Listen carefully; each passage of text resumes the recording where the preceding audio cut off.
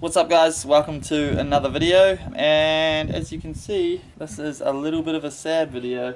So last weekend we had round 6 of the VicDrift Championship. Unfortunately I didn't get a chance to film on the day because of the stuff that went on. Crashed the car. If you guys do want to check out a full wrap up of the day, head to my friend David's channel at Sideways Down Under. You can click the link somewhere here and you can see a kind of a wrap up of the day. So I took the car down to Quarter Park Raceway, super keen to get going, got into practice, car was feeling pretty good, and then it started to rain. We had a couple of storms throughout that day, and anyway, after it rained we kind of went into practice and I was chasing a friend of mine, Jason Fearon, in his R33 Skyline, and I just sent it way too hard.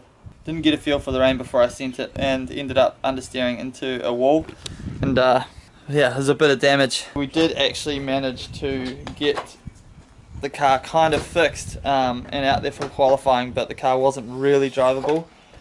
We snapped one of the LCAs, ended up fixing the LCA, and we did get out there, but what ended up happening was we bent the strut tower inwards in the crash. Luckily my white line sway bar saved the tower from moving too much.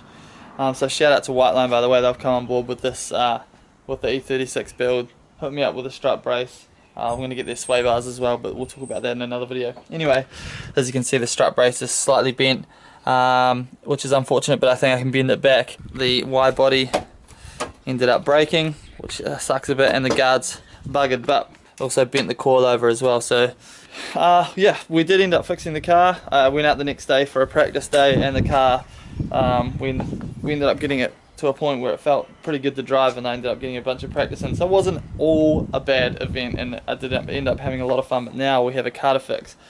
So as you guys know, if you've watched the Hilux video, we have 3 weeks before we have DriftX, which is a really cool event here in Melbourne, where we have 19 hours of driving over the course of 2 days over a weekend, and we have 2 tracks open that we can kind of go on at any time over those 2 days, which is pretty wicked. So we are going to obviously finish building the Hilux, but we're also going to get the E36 all nice and fixed up for DriftX.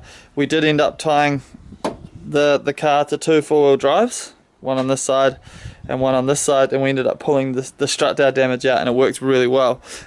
So what we need to do now is obviously replace this panel, fix the wide body, put a new coilover in, fix the strut brace, which isn't a problem. Other than that, the car actually runs really well. I've got some new E90 longer tie rod ends to go in, so that we have a little bit more adjustability with the alignment, which is cool. But other than that, the car's pretty much ready to go. I'm also running some bigger spaces on the rear as well, so that the fitment is now on point, which is pretty awesome. So I'm running 70 mil spaces on the rear, which is pretty cool. But yeah, so that's the update. You know, this was just a silly mistake. Next time, obviously, I need to take a little bit easier when the rain comes down.